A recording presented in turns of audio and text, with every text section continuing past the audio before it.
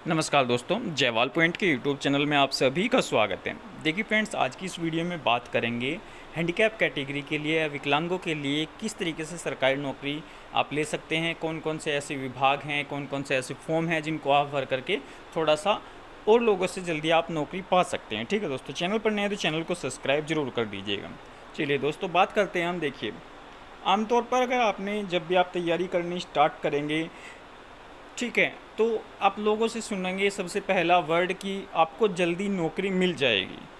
ठीक है, तो उसके उस थिंकिंग को लेकर के मैं कई बार वीडियो भी बना चुका हूँ और मैं ये भी कहता हूँ कि अब ऐसा नहीं है।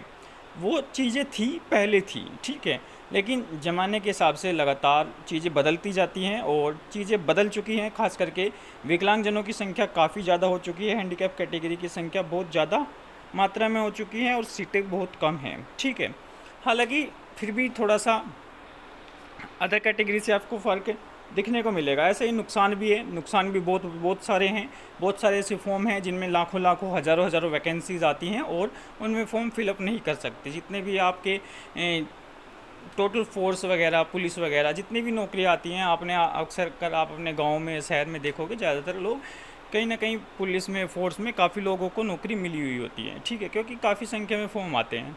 अब अगर हम बात करें विकलांगजनों की, तो देखिए विकलांगजनों के लिए स्टार्टिंग से ही दो चीज़ें बोली जाती है और उनके पीछे मैं रीज़न भी बताऊंगा कि ऐसा रीज़न क्यों है।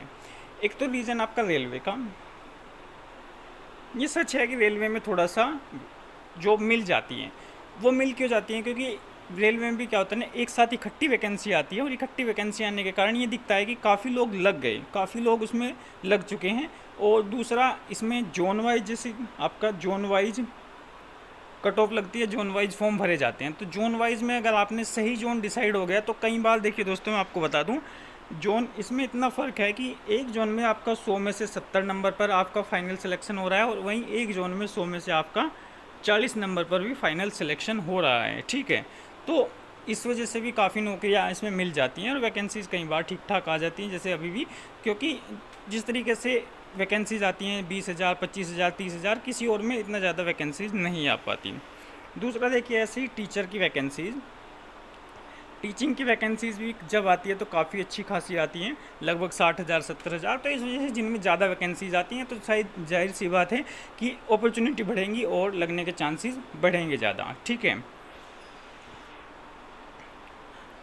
अब और मैं कुछ आप लोगों को बात बताऊं तो देखिए, कुछ ऐसी चीज़ें, जैसे आप मान लीजिए अभी 12th हैं, 12th करने के बाद आप ग्रेजुएशन करें और ग्रेजुएशन करने के बाद काफ़ी लोग क्या करते हैं, ग्रेजुएशन पर ही सीमित रह जाते हैं, उससे आगे नहीं बढ़ते।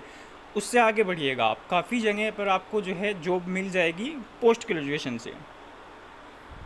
जितनी आपके पास डिग्रियां होंगी और लोगों से हट करके उतनी ज़्यादा अपॉर्चुनिटी बढ़ेंगी। ठीक है, हर कोई 4 सब्जेक्ट हर कोई अब पढ़ रहा है, मैथ, रीजनिंग,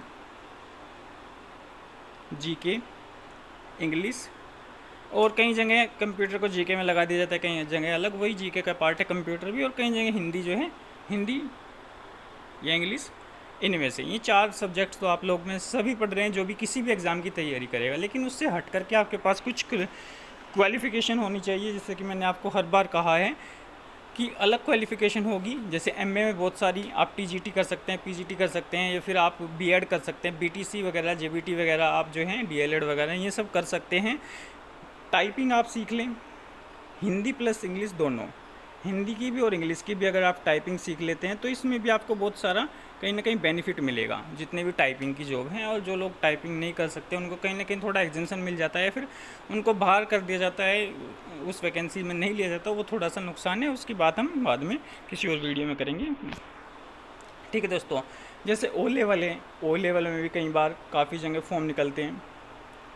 अभी एक वैकेंसीज़ आई थी कुछ टाइम पहले, ऑडिट की वैकेंसीज़ थी यूपी ट्रिपल एससी में। उसमें बीकॉम मांगा हुआ था, ओ लेवल मांगा हुआ था, पेट मांगा हुआ था, और तीनों में से किसी के पास अगर ओ लेवल था तो बीकॉम नहीं थी, बीकॉम थी तो पेट नहीं था। ठीक है, तो इस तरीके से काफ़ी वैकेंसीज़ होती हैं जो कि एक स्पेशल क्वालिफ़िकेशन पर आती हैं। आईटीआई आप कर लें, आईटीआई आप कर लें, आईटीआई के बाद अप्रेंटिस कर लें तो रेलवे ग्रुप डी में भी, कई जगह कंपनियों में भी, कई जगह आईटीआई की आपने देखा होगा रिक्वायरमेंट होती है। आप इसी तरीके के कोर्स जो हैं अगर आप कर लें और भी, ठीक है दोस्तों, तो कहीं ना कहीं आप लोगों को कुछ ना कुछ, जैसे लाइब्रेरियन के भी काफ़ी फॉर्म निकलते हैं, लाइब्रेरियन इसका आप डिप्लोमा वगैरह डिग्री वगैरह कर लें। तो एक मेरा कहने का मतलब है कि भीड़ से हट करके आपको थोड़ा सा कुछ अलग सोचना पड़ेगा। जैसे अभी दिल्ली में काफ़ी फॉर्म निकले हुए थे, कुक वगैरह की वैकेंसीज़ हैं, अलग अलग वैकेंसीज़। आप पैरामेडिकल में कर ले कुछ ना कुछ, एक्सरे वगैरह का, अगर आपने बायोलॉजी वगैरह से की है तो यूपी में भी फॉर्म निकलते हैं। तो इस तरीके से कहीं ना कहीं दोस्तों थोड़ा सा आप लोगों को एक जल्दी नौकरी मिलने के चांसेस हो जाते हैं। अगर आप देखिए अभी CHSL में कितनी वैकेंसी थी, CHSL 12th बेस पर है, वैकेंसीज वहाँ 3000 थी, फॉर्म गए वहाँ हैंडीकैप कैटेगरी के 40 से 50 हज़ार के बीच में। ठीक है, वहीं MTS की बात कर लें, MTS में 8000 वैकेंसीज़ हैं, फॉर्म आपके ऐसे ही फॉर्म पड़े होंगे मेरे ख्याल से 50 के आसपास अभी फॉर्म, क्योंकि लगातार संख्या बढ़ती जा रही है। 25,000 से 30,000 के बीच में तो CGL में ही फॉर्म है। CGL में अगर हम चारों कैटेगरी की बात करें तो 25 से 30,000 के बीच में हर साल फॉर्म भरे जाते हैं। Handicap category, only handicap category की मैं बात कर रहा हूँ। 25 से 30,000 और वैकेंसीज आपकी लगभग 18,000 का आप 4%, 700 के आसपास वैकेंसीज होंगी टोटल, 700-800। तो कंपटीशन बहुत है। आप कंपटीशन से आप हटोगे, कुछ स्पेशल करोगे, स्पेशल डिग्रीज़ वगैरह आपके पास होंगी तो थोड़ा सा आपके चांसेस ज़्यादा होंगे। देखिए इस रेलवे में चांस क्यों बनते हैं, क्योंकि वहाँ स्पेशल हो जाता है ना, स्पेशल एक जोन मिल गया आपको। अब जैसे आपका ये मान लें इलाहाबाद जोन है, इलाहाबाद जोन में कंपटीशन काफ़ी हाई रहता है यूपी के अंदर। बिहार में आप ले लें पटना जोन, काफ़ी कंपटीशन रहता है। अजमेर काफ़ी कंपटीशन रहता है, क्योंकि यहाँ काफ़ी लोग तैयारी करने वाले बैठे हुए हैं। आप वहीं चेन्नई जोन चले जाओ तमिलनाडु की तरफ, नीचे गुवाहाटी की नीचे, बिलासपुर चले इधर बिलासपुर वगैरह चले जाओ, थोड़ा सा नीचे रहता है। तो ये चीज़ें हैं। इसी तरीके से देखिए अगर आप स्टेट गवर्नमेंट लगातार अगर भर्तियाँ निकालती हैं तो उसमें भी काफ़ी चांस विकलांगजनों के बन जाएंगे। स्टेट गवर्नमेंट में क्यों बन जाएंगे? क्योंकि स्टेट गवर्नमेंट में अदर PWD जो होंगे वो जर्नल में काउंट होते हैं। अब अगर जैसे कोई हरियाणा का हैंडीकैप कैटेगरी का स्टूडेंट्स है और वो राजस्थान में फॉर्म फिल करेगा तो उसको राजस्थान में PWD कैटेगरी में नहीं लिया जाएगा, जनरल कैटेगरी में लिया जाएगा। अगर वो बिहार से भरेगा जनरल कैटेगरी में लिया जाएगा। तो इसी तरीके से अगर स्टेट गवर्नमेंट में इतनी वैकेंसीज नहीं आती, अगर वैकेंसीज आती रहें, जिस भी स्टेट गवर्नमेंट में वैकेंसी आए आप उसमें स्टेट गवर्नमेंट में ज़रूर अप्लाई करें। ठीक है दोस्तों। ऐसे ही बैंक का आप देख लें, बैंक में काफ़ी जगह अलग अलग जब आती हैं उसमें, लेकिन लैंग्वेज मांगी हुई है उसमें, इस वजह से थोड़ा सा हट जाते हैं लैंग्वेज का। नहीं तो कट ऑफ बहुत कम रहती है। इधर आप चेन्नई साइड चले जाएं, कर्नाटक साइड, लेकिन आपसे उसकी भाषा सीखनी बड़ी मुश्किल हो जाएगी, क्योंकि उसमें सीखना नहीं है, सिर्फ लिखना भी है, फिर टेस्ट भी क्वालिफाई करना है लास्ट में। तो वो दिक्कत थोड़ी सी हो जाती है। वरना कट ऑफ बैंकिंग क्षेत्र में भी आप इधर चले जाओगे, चेन्नई में, कर्नाटका में काफ़ी कम पे आपका सिलेक्शन हो जाएगा दोस्तों। ठीक है, तो बाकी कोई इन्फॉर्मेशन होगी तो इस चैनल के माध्यम से आपको बता दिया जाएगा। और एक और बात की बेनिफिट के बारे में क्या बता दें हम, देखिए कुछ लोगों को बेनिफिट्स मिलते हैं इसमें, ऐसे एक्स्ट्रा टाइम, स्क्राइब मिल जाता है। ठीक है दोस्तों, ये इस तरीके के एग्जाम्शन मिल जाती है, तो काफ़ी बेनिफिट्स मिल जाते हैं, लेकिन वो सभी लोगों को नहीं मिलते।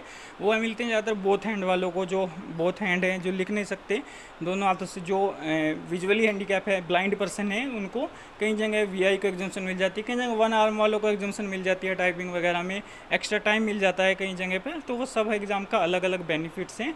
और ठीक है, बाकी कोई इन्फॉर्मेशन होगी तो इस चैनल के माध्यम से आप लोगों को बता दिया जाएगा। चैनल पर नहीं तो चैनल को सब्सक्राइब जरूर कर लीजिएगा। धन्यवाद दोस्तों।